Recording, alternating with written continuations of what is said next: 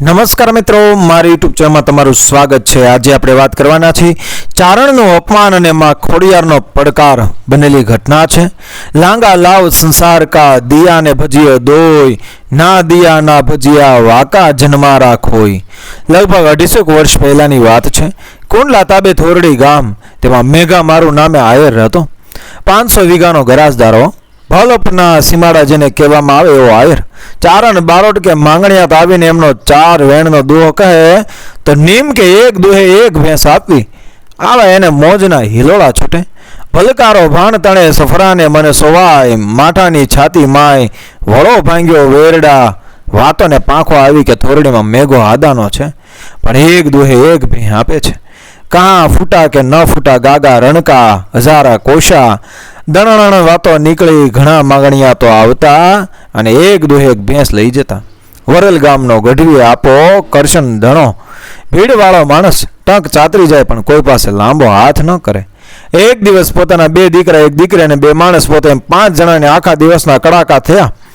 ઘરેથી બાય માણસને યાદ આવ્યું, જગતમાં હજી દાતાર છે, ન હોય તો નભે નહીં પૃથ્વી પાવરરા, કોક કોક કાનાણા હોલો ભાકે હમીરિયા।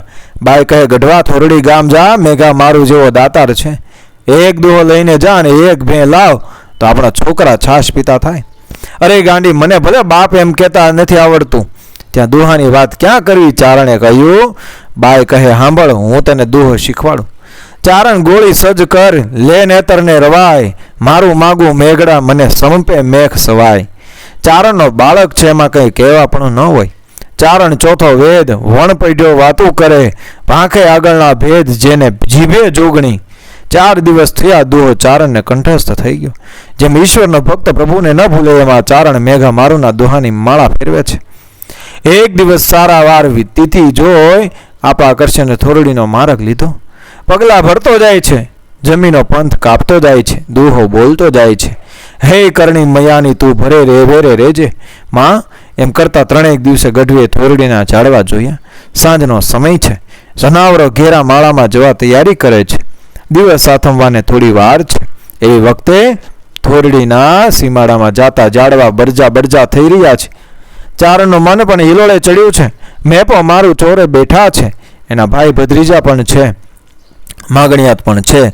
તે ચારણે આવીને હાલક કરીને જે ભલકારો કર્યો કે ભલો ભલો મેઘું મારો ભલો, અને દુહો કહ્યો કે ચારણ ગોળી સજ્જ કર, લે નેતરને રવાય, મારું માગું મેઘડા મને સંપે મેઘ સવાય। આમ એક અને બીજી વાર દુહો ઉલટાવીને કહ્યો, ત્યાં તો આદાનો મેઘો ચારે પલ્લા ઝાટકીને ઊભો થઈ ગયો અને બથમાં લઈ ગઢવીને રામ રામ કર્યા। પેલો મળવામાં માઠપ કરે, એ માઠપના એંધાણ ઈશું પાથરે પ્રાણ, સાચું સોરઠિયો ભણાય। આ ગઢવીને બાથમાં લઈ મળતા તો લાખ પ્રસદાન જેટલું સારું લાગ્યું।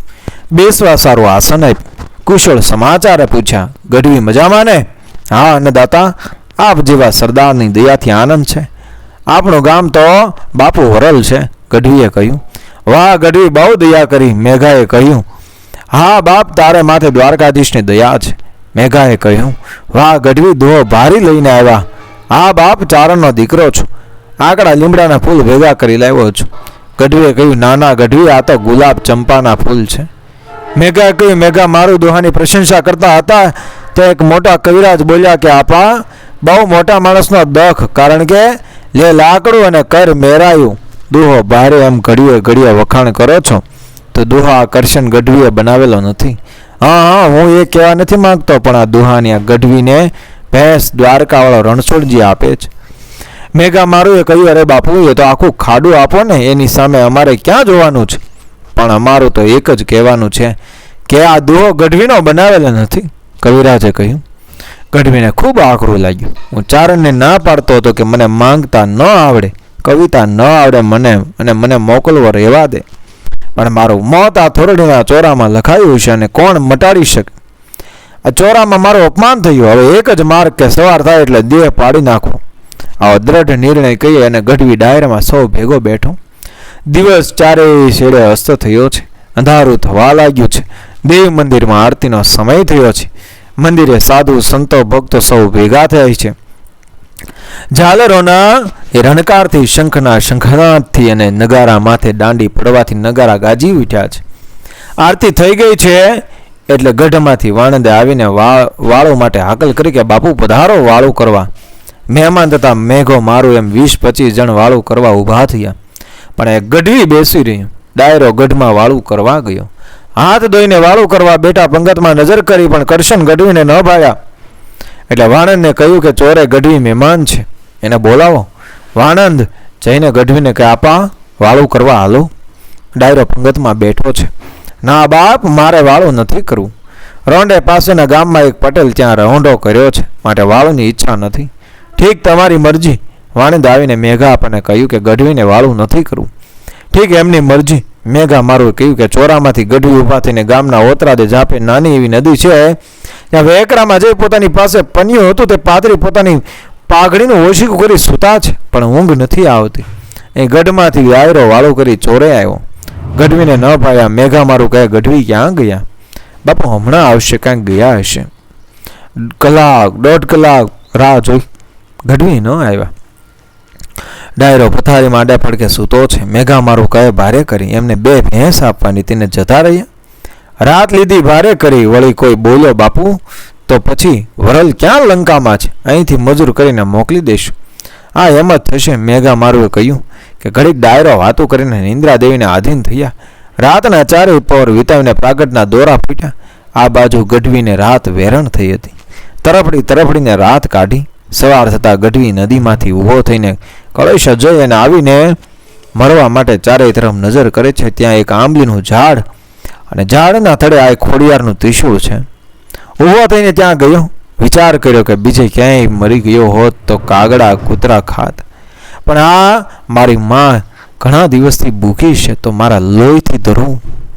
અને ત્યારે આવો દ્રઢ વિચાર કરીને પોતાની પાસે કટાર હતી તે કાઢીને આઈના ફળા પાસે ઊભી મૂકીને 8 ડગલા પાછળ જઈને પોતાના દેહને જ્યાં કટાર ઉપર નાખવા જાય છે ત્યાં માં શારદાનો અંદરથી પડકાર આવ્યો, જા મરીશ નહીં, આખી જિંદગી તારી જીભે શું આ માંડી, શું તારી જીભે છું, વાહ માડી. આપનું સત વચન ચારણે કહ્યું.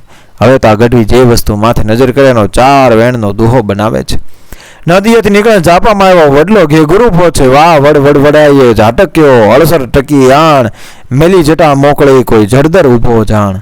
આમ દુહા કહેતો ચોરે આવ્યો. બરાબર ડાયરો જામ્યો છે, વાતોનો રંગ જામ્યો છે. વાતળિયું વંગતાળિયું, જણ ઉજવાડ્યું, જેડા માનવી એડી વાતળિયું. ડાયરા ગઢવીને ભાડ્યા પણ પગ કોઈ બીજી તરાથી ઉપાડતો આવે છે. ચોરાના પગથિયા ચડીને હાકલ કરી કે વાદળીઓ વણાર, થાનક જે થોરડી તણે, મેખી પણંગ પલાર, મારું મરહસ મેઘડા. એમ એક પછી એક દુહાની સાંકળ બંધાતી આવે છે. અજા 28 દોઈ એને એકે દઈને, મારું ન ભરાય માટ, મેયું વિના મેઘડા. માટીડો મહેનત કરે, વીઘા 5 જ પાય, નવખંડ લીલો ન થાય, મેં વિના મેઘડા. કેડિયાની કસ ચાળવે છે અને દુહો બનતો જાય છે. ભલદુજે દુંજનતી વચાય, કર વિંધ્યા દુજણી, તાઘર અરણ્યું કાંઈ, બીજા 3 તળાવ, માનસરોવરજી મેઘડા. આવે કવ અપાર, હંસવારે હદાઉત. આમ પૂરા 100 દુહા કયા. મેઘા મારી છાતી મોજમાં હિલોળા મારવા લાગી. ગઢવી બેસો ગઢવી બેઠા. હવે ગઢવી ગણતરી પાર નહીં આવે. આજે રોંઢાના તાબે તળાવમાં ડોબા બેઠા, ત્યાં વાંભ કરજો, માંદલ લૂંટાવવું છે. બપોર થયા. ડાયરો ગઢમાં રોટલા ખાવા ગયો છે. નિરાતે રોટલા ખાઈને ડાયરો ચોરે આવ્યો. 2 કલાક આરામ કરીને 4 સાડા 4નો સમય થયો. ત્યાં માલને તળાવમાંથી સીમમાં ચરવા જવું છે. મેઘો મારું કહે લ્યો ડાયરો હાલો, આ ગઢવી પાસે આજ વાંભ કરાવી છે, માદળ લૂંટાવવું છે. સૌ ડાયરો ઊભા થઈને તળાવે આવ્યા. ત્યાં ભેહુંનું ખાડું બેઠેલું. લ્યો ગઢવી કરો વાંભ તળાવમાં. 300 ભેંસો બેઠેલી, પણ કેવી ભેં બાપ દીકરાને વેચાણમાં વાંધા પડે એવી ભેહો છે. ડાયરો તળાવની પાળે ઊભો છે. એક તો ચારણ છે, દૂધની તૃષ્ણાવાળો છે. જેમ કાનમાં આંગળી નાખીને વાંભ કરી કે બાપ નાગલ, બાપ બિનડ. ત્યાં ભેહો તળાવમાંથી પૂંછડાને વળ દઈને ઊભી થવા લાગી. ડાયરો જોઈ રહ્યો, વાહ મેઘા વારું, ભલે મેઘા મારું એમ ભલકારા થઈ રહ્યા. ચારણ ખભે રવાય, 500ની કિંમતનો ધાબળો, 18 શેરનું બોગરું, રાંકના માથા જેવું ગોબું રહી ગયું છે. 10, 15, 25 એમ કરતાં 80 ભેં ઊભી થઈ છે. પાછળથી પાડો ઊભો થયો. લ્યો ગઢવી, સીમાડો પડી ગયો. પાડાની મોઢા આગળની ભેહો ગઢવીની અને પાછળની મેઘા મારુની છે. આગળના રિવાજ કે માંદલ લૂંટાવે તેમાં પાડાની મોઢા આગળની ભે માંગનારની અને પાછળની ભે દર ધણીની આમ 80 ભે ગઢવીને આપીને કહ્યું, લ્યો ગઢવી, સોપારીનો કટકો દ્વારકાધીશ આપે છે, પણ મારે ને તમારે શરત એક કે વરલના જાપા સુધી કોઈનું દાન ન લેવું. ભલે બાપ વરલ સુધી નહીં, પણ આખી જિંદગી કોઈ પાસે હાથ લાંબો ન કરું. ચારણે કહ્યું, માંદલના દાનની વાતો નીકળી કે થોરડીના મેઘા મારું એ વરલના ગઢવીને 80 ભે આપી. હા ભાઈ આયર, આપે એમાં નવાય નહીં, પણ પાછું નિયમ લીધું કે વરલના જાપા સુધી બીજું દાન ન લેવું. અને મહુવા તાબાનો અત્યારે કોટામાં ગામ છે, એમાં સાડવો વાઘોસી કરીને આયર રહે છે. ત્યારે કાને આ વાત થડાણી, અરે ભેંસો આપીને હાથ ઉડાવ્યો તો એ આયર તે હું ક્યાં આયર નથી. એ ચારણના હાથ ન અભડાવું તો સાડવો નહીં. સાડવો એના માણસોને કેળા રોકી બેસાડ્યા કે 80 ભે આપી એ રસ્તે છાનું ન રહે. એટલે ગઢવી નીકળે કે મને તરત જાણ કરજો. માણસોને બેસાડ્યાને 2 દિવસ થયા. લગભગ બપોરના સમયે ભેંસો લઈને ચારણ કોટામાઈને ઝાંપે રાવણા વાળો ધૂનો કહેવાય છે ત્યાં આવ્યો. સાડવાના માણસો રસ્તો રોકીને બેઠેલા. તેમણે આવીને સાડવા વાઘોસીને વાત કરી કે બાપુ જે ગઢવીનો હાથ ઓડાવ્યો છે મેઘા મારું, તે ગઢવી આપણા ગામના સાપે રાવણનો ધૂનો છે, ત્યાં ભેંસો લઈને બેઠા છે. પણ બાપુ મેઘા મારોનો જીવ હાલે, બીજાથી ન અપાય. તમામ ભેંસ બીજા ત્રીજા વેતરમાં જ છે હો બાપુ. હા ભાઈ, જેને આપવું જ છે તે નબળું દાન શું કામ આપે. એટલે તરત ઊભા થઈ પોતાના ઘરે જઈ 3.5 વર્ષનો વછેરો બાંધેલો એક છોડ્યો. દળીવા વાંસો, ઢાલકવા છાતી, વરિયાળી તાહળી જેવા ડાબલા, પૂનાના કોરડા જેવી પૂંછડી, કોઈ ઘોડો, કોઈ પરખડો, કોઈ શીલવંતી નાર, સર્જનહારે સરજ્યા તીનું રતન સંસાર. ઘોડાને માથે સકલાદી સામાન, ખડિયામાં હજાર રાળ, પોતાના શરીર ઉપર શોભતા કરેણા, લુંબા ઝુંબા પોતે અને ઘોડાને બનાવીને ઠાણમાંથી લઈ બહાર નીકળ્યા. સાડવા વાઘોસીને 70 વર્ષની ઉંમર છે. આયરાણી પડથારની કોરે ઊભા છે. આયરને જોઈને પૂછ્યું, અરે આયર, આ શું 70 વર્ષે જોવાની આવે? સાડવો કહે, ના એમ નથી, એક ચારનો હાથ અભડાવવા જવું છે. આયરાણી કહે, બહુ સારી વાત છે, મારા માવતરનો પણ એક સંભારણું લેતા જાજો. એમ કહી આયરાણી ઘરમાં જઈને પટારામાંથી 5 શેરનું ચાંદીનું જમણું લઈ આવી, ઘોડાની ડોકે બાંધી દીધું. આયરે ઘોડામાંથી સવાર થઈ ઘોડાને હાકી મેલ્યો. ગઢવી ભેહો લઈને બેઠેલા એ ધૂન ઉપર આવ્યા. બરાબર ધૂના નજીક જોઈને ઘોડાને પાણી પાવા ઊભો રાખ્યો. ગઢવીનું ધ્યાન જતા કહે, વાહ ઘોડો, વાહ સવાર. ઘોડાને પાણી પી લેતા લગામ ખેંચીને સાડવો આવ્યા ચારણ પાસે. કહે, કવિરાજ, રામ રામ ક્યું ગામ? રામ રામ બાપ, ગામ તો વરલ. આયર કરે, ઠીક કવિરાજ, અંજલિ કસુંબો લેશું ને? આપણે 2 પરદેશી પરોણલા મળ્યા છીએ. કહુંબો લઈને તેમ તમારે કેળે ને હું મારા રસ્તે. આયરે પેગડું છોડીને કિનખાબનો ઘાસિયો પાથર્યો. તેના પર પોતે પહેરેલા ઘરેણા ઉતાર્યા. રૂપિયા સોનાનો ત્રોડો 10 આંગળીના વેઢ, ઘોડાની ડોકે ટીંગાતો 5 શેરી જુમણું બધું કાઢીને કર્યો ઢગલો.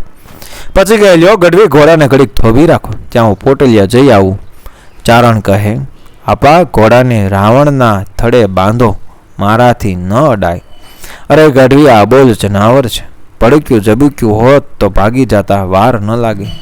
ઘડીક થોભી રાખો. ઠીક, લાવો. ત્યારે કહીને ચારણે હાથ લાંબો કર્યો. તરત સાડવા વાઘોસે મનમાં સંપલ કર્યો કે વસ્તુ ઘરેણા વગેરે સાથે ભોળાનાથ આ ઘોડો ગઢવીને આપે છે. આમ કહી નિર્ણય કરી એક ધાર હતી એને આંટો દઈને ચોરે આવતા રહ્યા. ગઢવી ઘોડો સાચવીને બેઠા છે. સમય વીતવા આવ્યો. ઘોડાના માલિક કળાતા નથી અને ચારણ મનમાં મૂંઝાયા કરે છે. ત્યાં સીમ ગામમાંથી કોઈક માણસ આવ્યો. ગઢવીને એને પૂછ્યું, ભાઈ, આ માણસ બધું સોંપીને વયા ગયા છે, મારે થાય છે મોડું, ભાઈ ક્યાં હશે? આવે તું કહે કે ભાઈ તો ચોરે બેઠા છે, અહીંના જમીનદાર સાડવો વાઘોસી હતા, તમને બધું આપીને ગયા છે. અરે મારે તો કંઈ લેવા નથી, આ મારે ન જોઈએ. કહેતા ઘોડા ઘરેણા લઈને ચારણા ચોરે આવ્યા. આપા શું? મારે આમનું કાંઈ ન ખપે કે વિરાજ, હું તો તમને દઈ ચૂક્યો છું, ન જોઈએ તો ગોપના દઈ આવો.